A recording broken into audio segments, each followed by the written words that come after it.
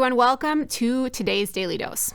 Do you ever look around you, maybe even look in the mirror and think to yourself, wow, we humans are a strange bunch?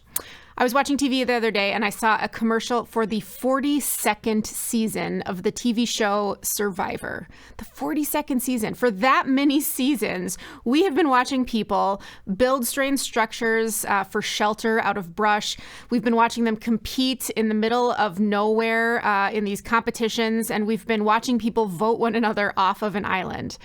We are strange people. Or maybe you've noticed there was a human who wondered something like this. What would happen if I took this small piece of twine and actually found more twine and wound it into the biggest ball of twine I could possibly imagine? Someone did actually wonder this, and it turned into the largest individually wound ball of twine somewhere in Minnesota. We humans are a funny bunch. And we humans, if we're honest, also have a lot of quirky characteristics. We have things that we're not really sure why we do what we do. There's no way of looking around that. But being human is also a pretty amazing thing. God not only created humans in God's image as complex people who can think and feel and love, but God even became human. And when Jesus came to be amongst humans, he encountered a world that was struggling, that was fighting, that was hurting. Does that sound familiar? And one of the things that God's Son could have done is said, well, there's no point. There's no hope for the humans in this world. But Jesus did just the opposite. Jesus reminded us that because every single one of us was created in the image of God, there's so much hope in and through and around us. There's hope for humans. And we, quirky humans, you and me, we can also be hopeful. In the Gospel of Mark, we hear a story about Jesus healing people, traveling around with his disciples. There's lots of healing stories that we read about. And there's a story in chapter 5 that begins with a man named Jairus. He is a synagogue leader. And he comes and he's begging to Jesus, please come with me. Come help me. My daughter needs to be healed. So Jesus comes with him. He follows Jairus, and a crowd follows him. And there's a woman, someone who is definitely not a synagogue leader. She's amongst this crowd. And the Bible says that this woman has been bleeding for 12 years.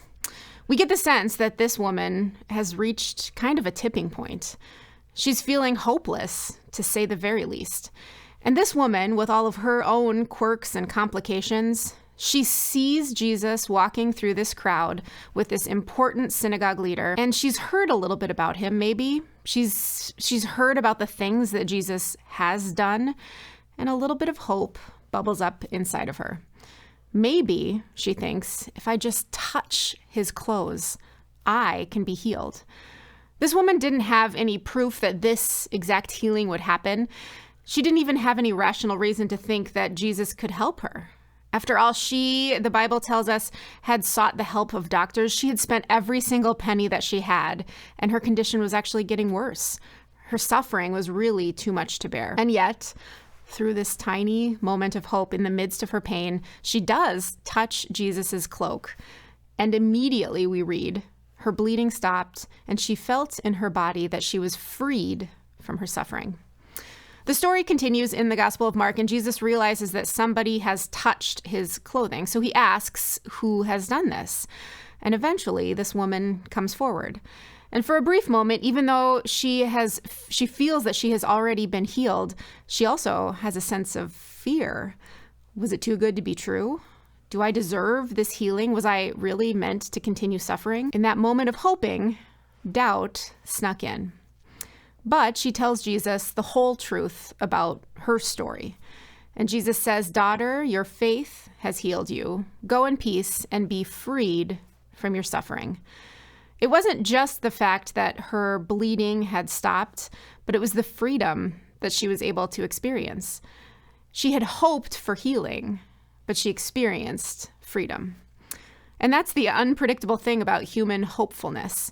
We can only imagine what this woman did with this newfound freedom. Maybe she was freed from her place in society of being kind of an outcast. Maybe she was freed to help others who were suffering in the same way that she had suffered. This idea of freedom, it really opened her up. It cracked her open. And when this kind of thing happens to us, it leads us to more than just personal healing. It opens us to other people as well. So today I want you to consider this. Where has Jesus given you hope? Maybe it wasn't the hope you expected, but was it something else? And then let's ask together, how could we all be hope dealers to other people in our lives? There are plenty of people hurting in this world, and one of the things I love about being human is that just as easily as we could spread anger and fear and harm, we could also spread hope. So what if we dealt our hope out to one another like it was going out of style? Because if we're open to giving hope, we're more likely to experience hope, and we just might experience unexpected freedom as well. Thanks so much for watching today. We would love for you to share this daily dose who might need a glimpse of hope in their lives as well. Have a good day.